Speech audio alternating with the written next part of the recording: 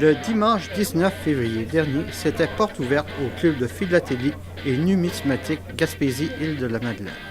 Pour l'occasion, plusieurs collectionneurs étaient sur place pour rencontrer les nombreux curieux et amateurs qui s'y sont rendus pour s'informer sur cette passion qui en anime plus d'un. Il est de notre plus grand plaisir de vous donner toutes les informations nécessaires pour vous aider à passer de merveilleuses heures de loisirs.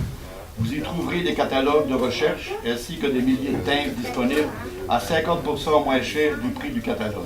Afin de combler tous vos besoins, nous pourrons également vous mettre en relation avec d'autres organismes philatéliques. Le club de philatélie et de numismatique de la Gaspésie des Îles a été fondé il y a à peu près 2 ans de ça, sur l'initiative de 2 personnes, Jean-Pierre Noël et moi, qui avons constaté qu'il n'y avait aucune présence de la numismatique, de la philatélie et de la numismatique en Gaspésie, formellement, à travers des clubs.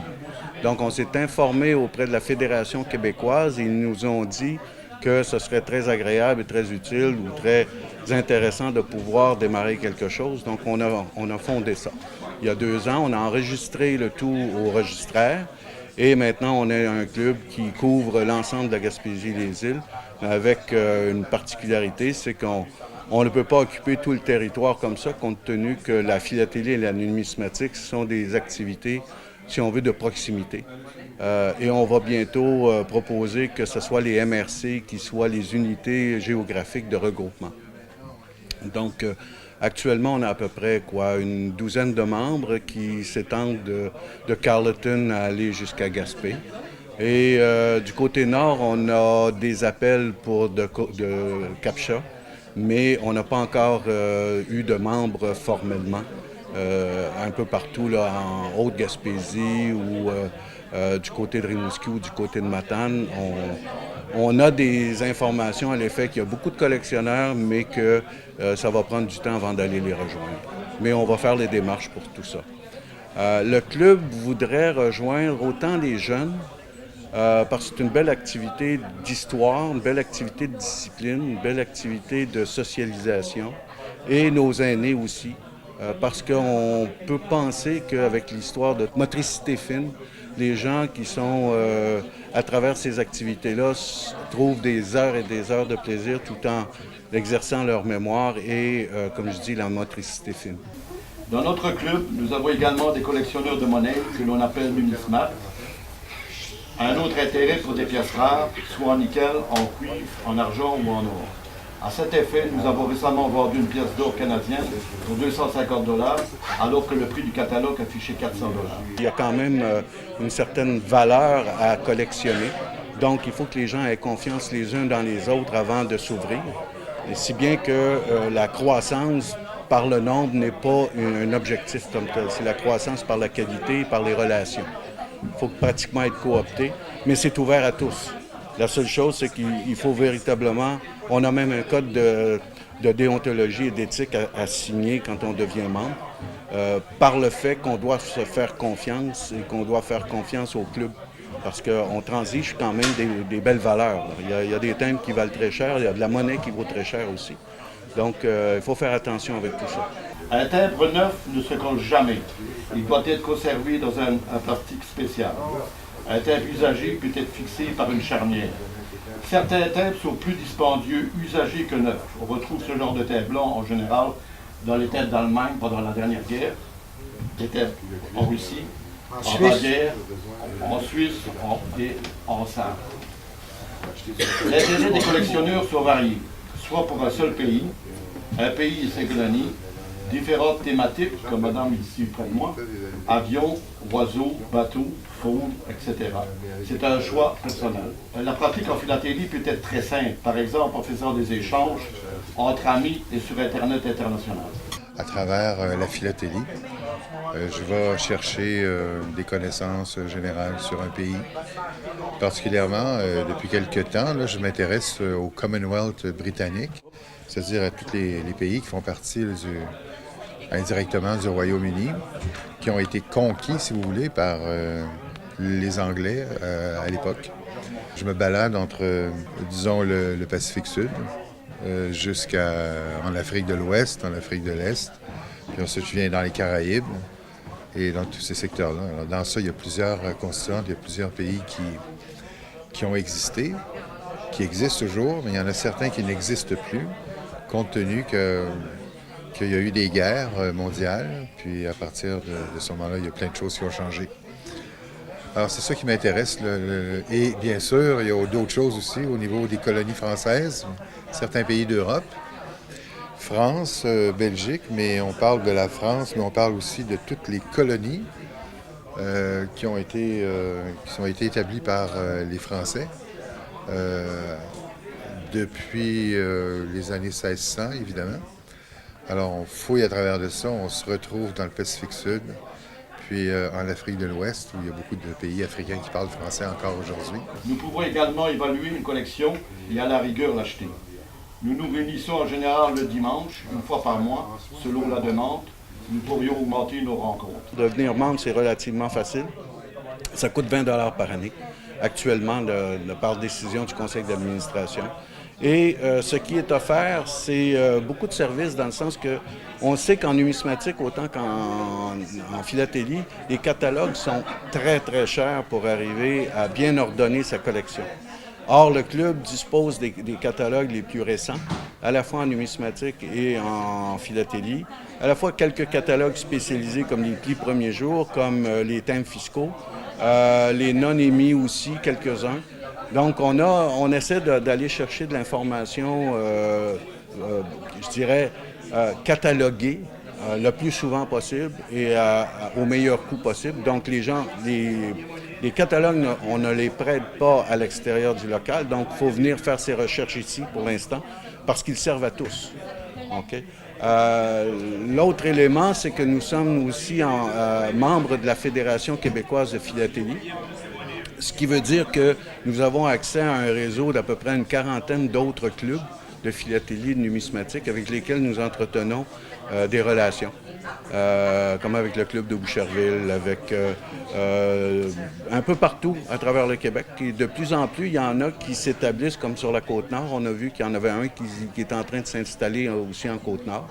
Donc, on commence à occuper le territoire, si on veut. Dans certains pays, dont le Canada, on trouve des thèmes fluorescents à divers niveaux, ainsi que de différentes barres jaunâtres fluorescentes.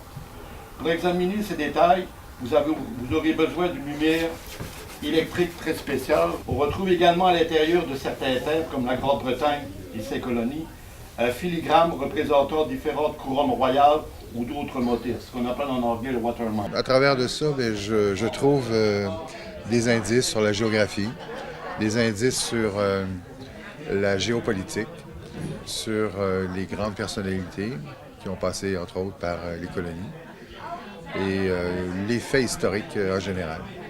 Alors, c'est un peu une passion, vous savez, qui est personnelle, dans le sens que c'est un hobby où est-ce qu'on devient spécialisé, si vous voulez, dans certains secteurs, puis on finit par ramasser un ensemble de thèmes pour ce qu'on appelle constituer une collection qui a de l'allure. Ça remonte souvent, dans le cas du Canada, à 1851. Ça va jusqu'à aujourd'hui. Moi, ma passion a commencé tout jeune, il y a à peu près une quarantaine d'années, même un peu plus que ça. C'était à l'origine par les timbres Lipton, dans lesquels ma mère achetait le thé Lipton et dans lequel la boîte, il y avait une petite enveloppe avec quelques timbres et on pouvait aller commander l'album. Si bien que durant des années, j'ai travaillé avec ça, mais après ça, à travers mes voyages, j'ai été capable d'aller chercher des spécimens assez intéressants au niveau de la philatélie. Un petit peu moins au niveau de la numismatique, mais quelquefois. Donc dans des pays d'Afrique. Et c'est une passion parce que c'est de l'histoire à travers tout ce qu'on peut voir, parce que ce sont des documents officiels. Tu finis par connaître bien une région, tu collectionnes les thèmes de cette région-là, ensuite tu passes à une autre région, puis tu progresses, puis tu vas à gauche, à droite. C'est ça.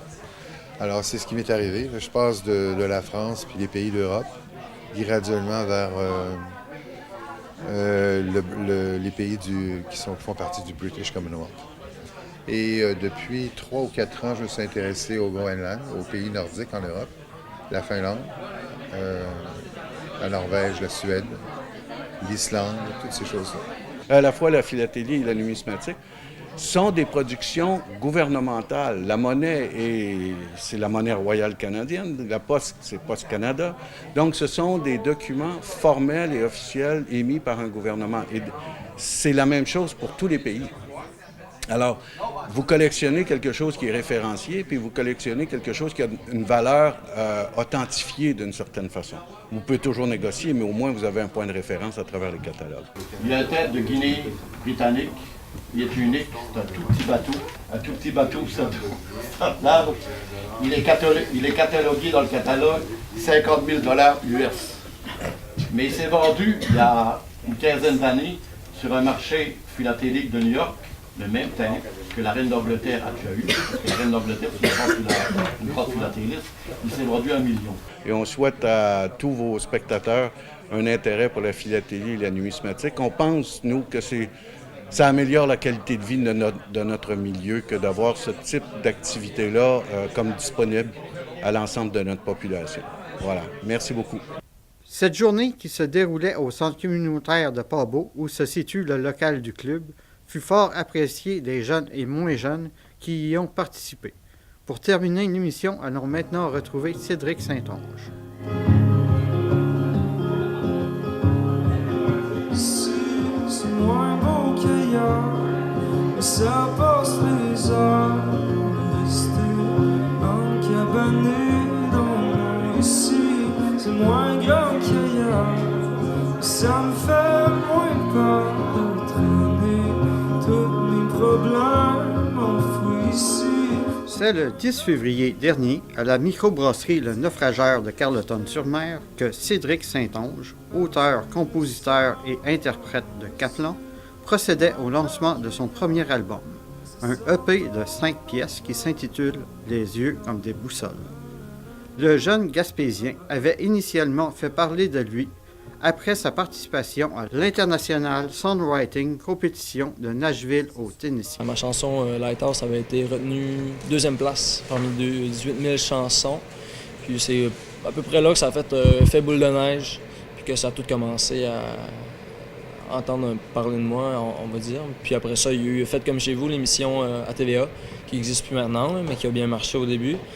Puis c'est ça, après ça, c'est là que mon sel a commencé à vibrer, puis que ça a commencé les choses ont commencé à aller plus vite. Ma musique tourne autour surtout de ce que moi je vis en général, mais des fois je regarde un film puis ça m'inspire. Je pense que c'est un petit peu n'importe quoi, puis souvent j'écris puis je sais même pas qu'est-ce que ça veut dire sur le moment, mais après ça, ça vient. Je me dis OK, c'est pour ça que j'ai écrit ça, comme un mois après souvent. Là. L'été dernier, au camp chanson de Petite-Vallée, le chanteur Morand a été séduit par ses performances. Depuis qu'on s'est rencontrés, il m'aide beaucoup dans des textes, puis aussi juste comme en tant qu'ami, il m'aide beaucoup avec des conseils. Moi, avant, j'écrivais juste en anglais. Puis là, j'ai commencé à écrire en français tout de suite après le camp à Petite-Vallée. Ça m'a beaucoup aidé à comme percer un petit peu dans la musique francophone. C'est cette rencontre qui l'a amené à signer avec Ad Literam pour l'enregistrement de l'album. Mon premier album, c'était réalisé par Loujean Cormier, puis toute son équipe de musiciens. J'écoutais beaucoup de Carquois quand j'étais jeune. Loujean aussi, c'est ça qui m'a inspiré beaucoup. Puis je pense que Philippe Braque, comme Safia Nolin, toutes ces nouvelles faces-là aussi m'ont comme sauté d'en face aussi pour des inspirations. Je pense que ça va bien jusqu'à date. Le pays, il marche bien, puis il y a juste des bonnes critiques à date. Je sais pas s'il va y en avoir des mauvaises, mais je les attends. Moi, j'aime bien ça, le constructif, j'aime bien ça. Mais à date, il n'y a pas vraiment de négatif, c'est toutes une bonne réception. Ouais. Vous pouvez retrouver l'album Les yeux comme des boussoles en version numérique sur Bandcamp et sur iTunes. Pour la version physique, vous pouvez vous la procurer lors de ses prochains spectacles. Cédric Saint-Onge est un artiste prometteur à suivre au cours des prochaines années. Tout seul, avec ta tête comme seul, vous seul, sans laisser trace, te perds-tu ta place. Parti tout seul, tes yeux comme deux lucioles, sans laisser trace, te perds-tu ta place. Je te vois toi.